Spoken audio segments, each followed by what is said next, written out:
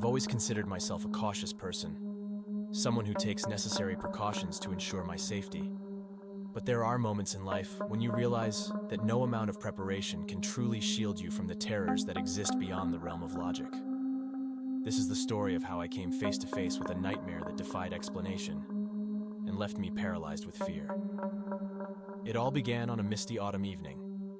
I had just moved into a new apartment, a charming yet slightly decrepit building that seemed to have an air of mystery about it. The windows were tall and ornate, framed by heavy velvet curtains that swayed gently with the breeze.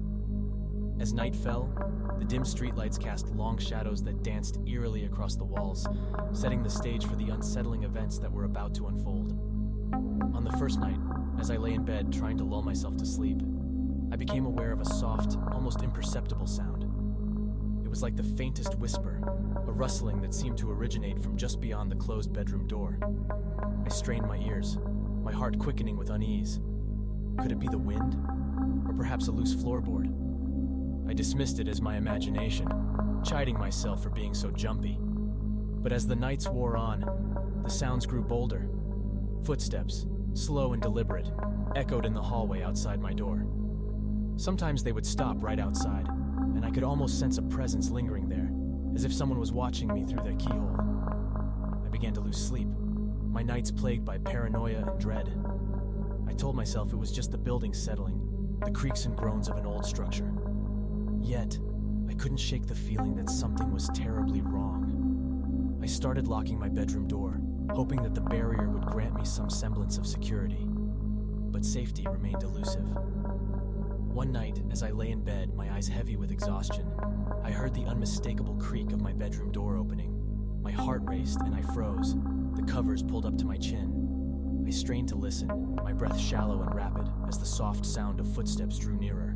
The footsteps circled the room, a sinister dance that seemed to mock my futile attempts at escape. I wanted to scream, to demand that whatever was haunting me reveal itself, but fear had turned my voice to stone, leaving me helpless and trapped. Then, a voice whispered from the darkness.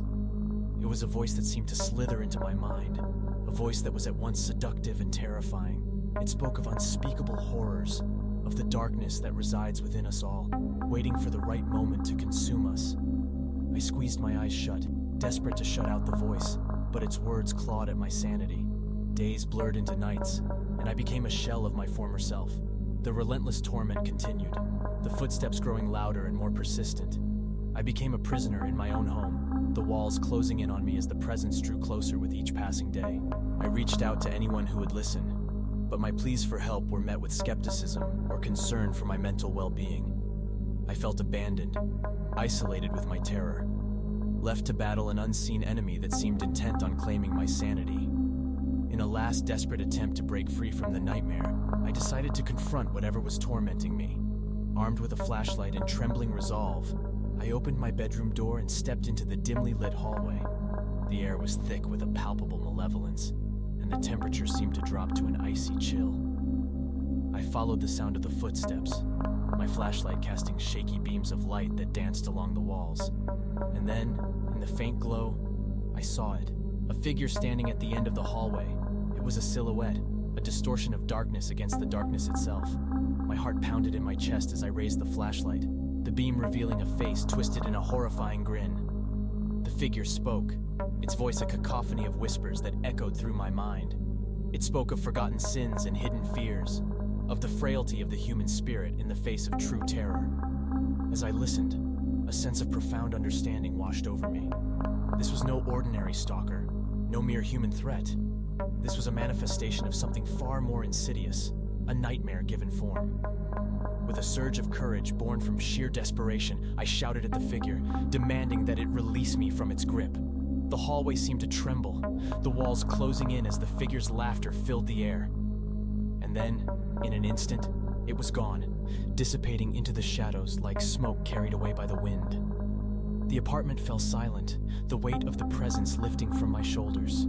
The following days were marked by a newfound sense of calm, a relief that I had survived the ordeal. But the memory of that night still haunts me, a reminder that there are forces beyond our understanding, lurking in the corners of our reality. I have moved from that apartment since, seeking solace in a new place far from the echoes of that sinister presence. But the experience has left an indelible mark on my psyche. I've learned that true horror is not found in the obvious, the tangible, or the mundane.